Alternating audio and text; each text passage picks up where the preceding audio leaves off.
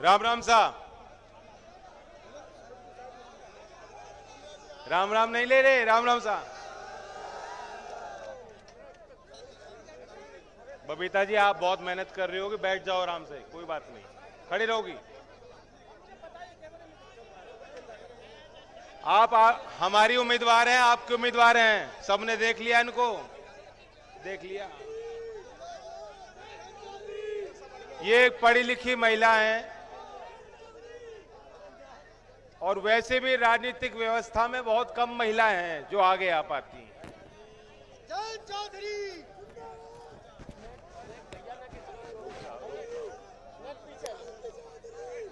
तो इसलिए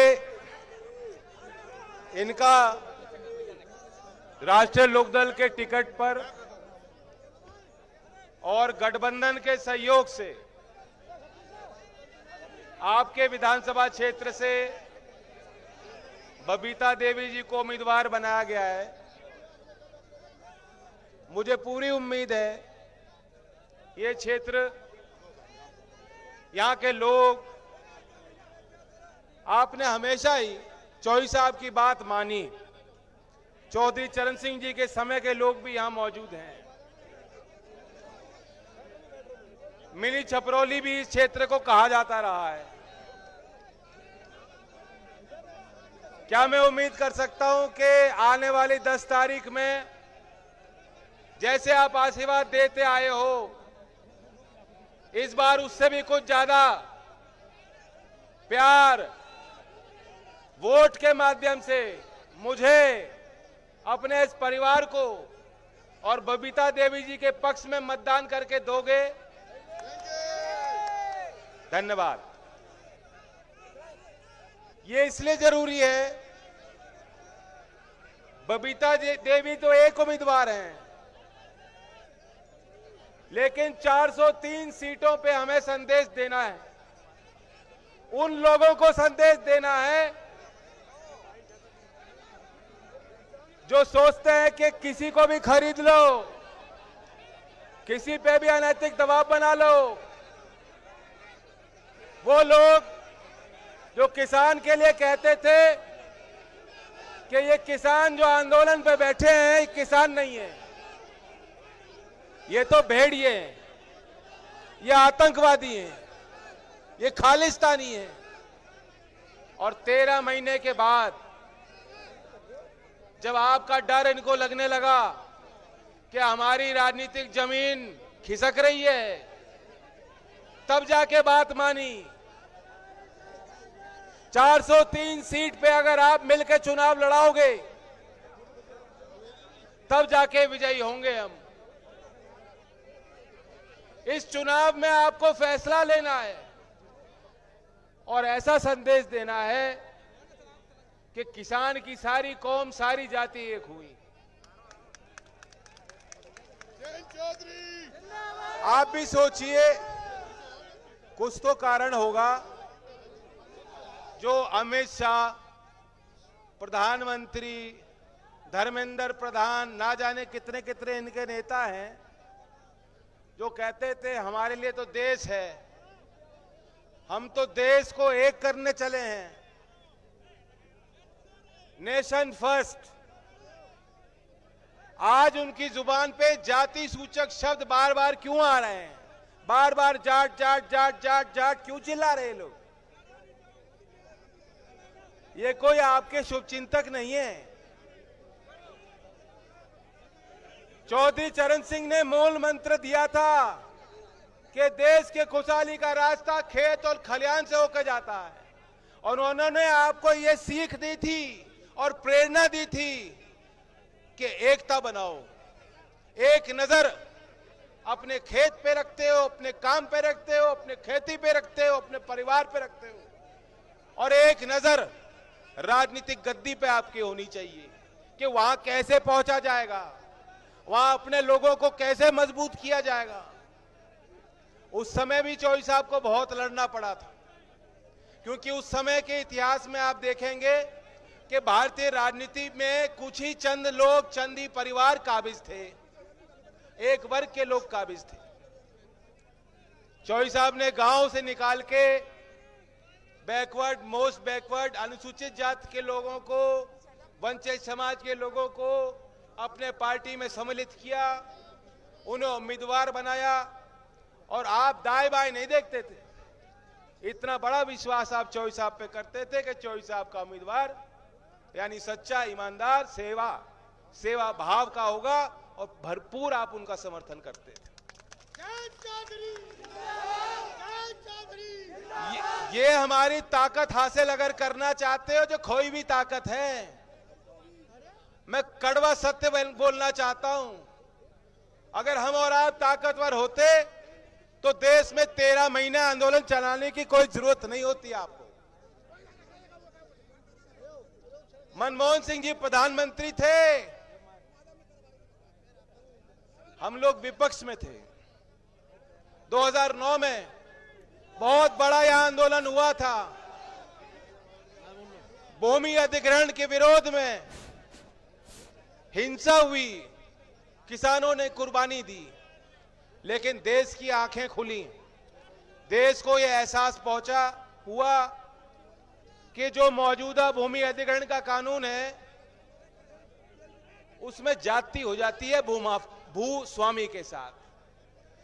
जमीन का मालिक, खेती कर रहा किसान, वो तय नहीं कर सकता, सरकार तय करेगी, कलेक्टर तय करेगा, डीएम तय करेगा क्या भाव मिलेगा, नहीं मिलेगा। और बिना आपके मर्जी के आपकी जमीन वो पूंजीपति को दिलाने के लिए भी सरकार एक्वायर कर लेती थी। मनमोहन सिंह जी की सरकार थी, मैं सांसद बना, मैंने एक बिल तैयार किया, उसे संसद में पेश किया। उससे पहले दिसंबर के महीने में संसद चल रही थी और आपको हम दिल्ली लेके गए थे।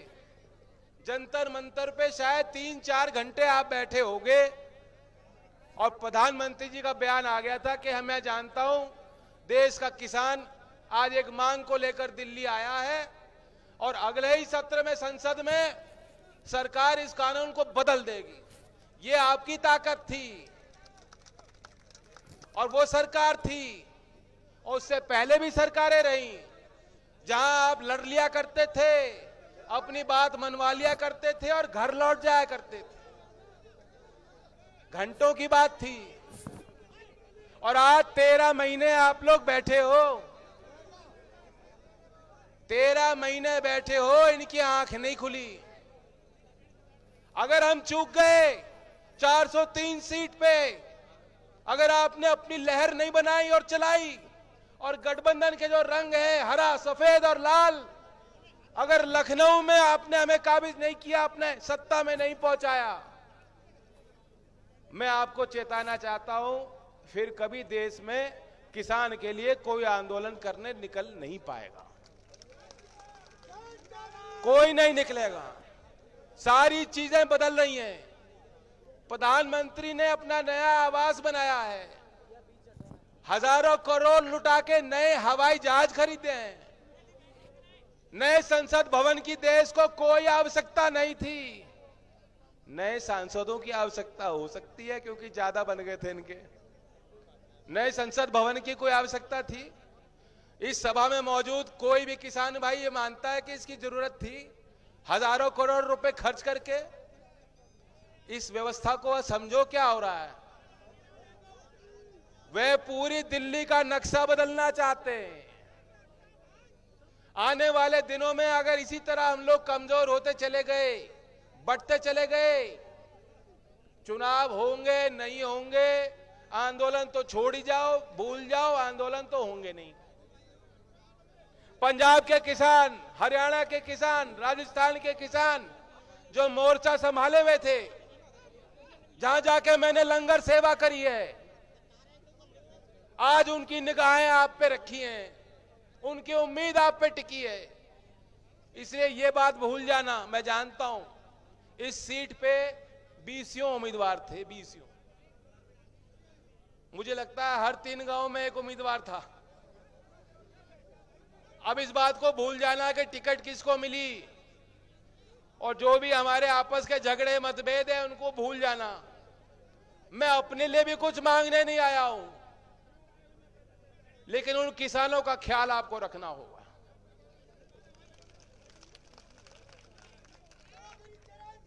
मैं इसलिए चौधरी अजीत सिंह जी के बाद ये पहला चुनाव है, पहला मौका।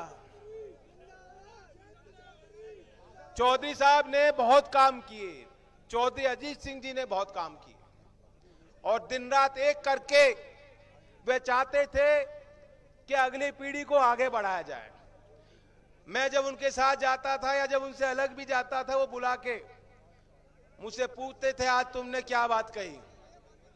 और आजकल तो फोन का जमाना है, मैं घर नहीं पहुंचता था, मेरी रिकॉर्डिंग पहले ही वो देख लिया करते थे कि आज क्या बोले जयंत, और फिर मुझे बुलाते थे। मैं बताना चाहता हूं नौजवानों के बात कि हम खेती किसानी अपने जो मुद्दे हैं उन पे तो रखते थे, लेकिन चौधरी अजीत सिंह जी मुझे बुलाते थे और कहते थे तुम बेरोजगारी पे नहीं बोलते। यही सबसे बड़ी समस्या है, रोजगार। गांव में हमारे बच्चे खेती नहीं करना चाहते, पीढ़ी दर पीढ़ी अब तैयार है, दूसरा काम करना चाहते हैं बच्चे, मौके नहीं मिल रहे। उनकी बात मैं पहचान रहा हूं।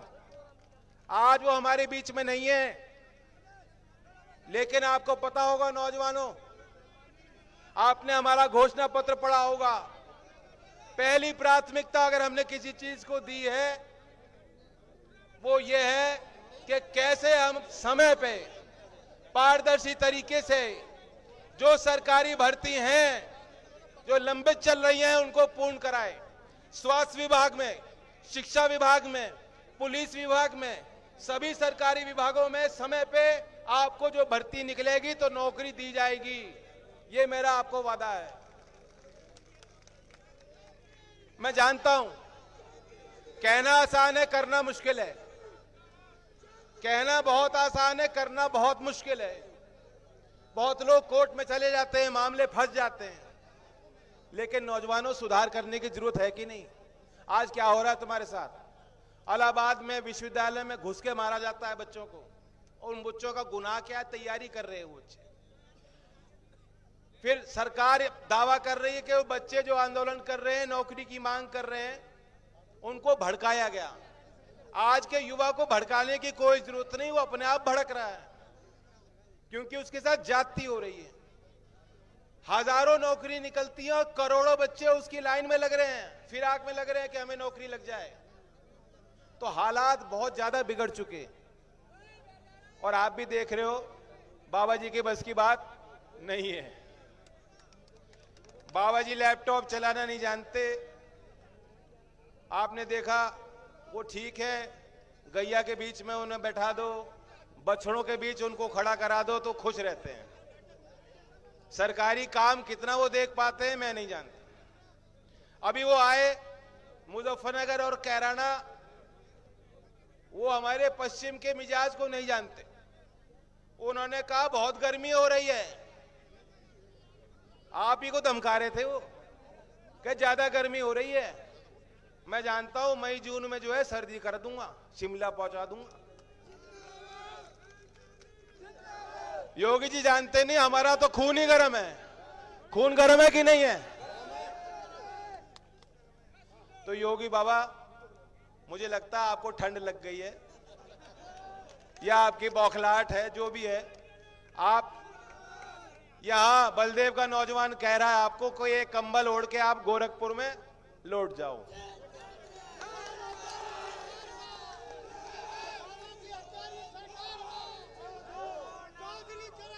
सूरज पहलवान जी हैं, सूरज पहलवान जी हैं, इनके तो गले में माइक लग रहा है, मेरे गले में माइक नहीं है।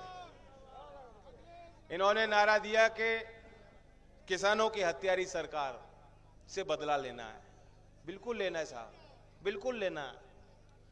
और बदला लेने के लिए आपको हिंसक होने की जरूरत नहीं, बहुत ही संयम के साथ और धैर्य के साथ आप रुके रहे हो, सब कुछ सहन किया आपने, लेकिन ये वक्त आपका है, ये वक्त आपका है। अब आपके आगे किसी की चलेगी नहीं। और इसलिए आने वाली 10 तारीख में बक्सा इतना भर देना हैंडपंप के चुनाव चिन्ह को इस तरह दबा देना कि इनकी आंखें खुल जाएं और फिर कभी आंख उठा के किसान की तरफ इस तरह घूरने का काम ना करें, हिम्मत ना हो। करोगे कि नहीं करोगे? धन्यवाद। जय हिंद, जय भारत। चलो कोई नहीं, हो गया। सर नमस्कार सर।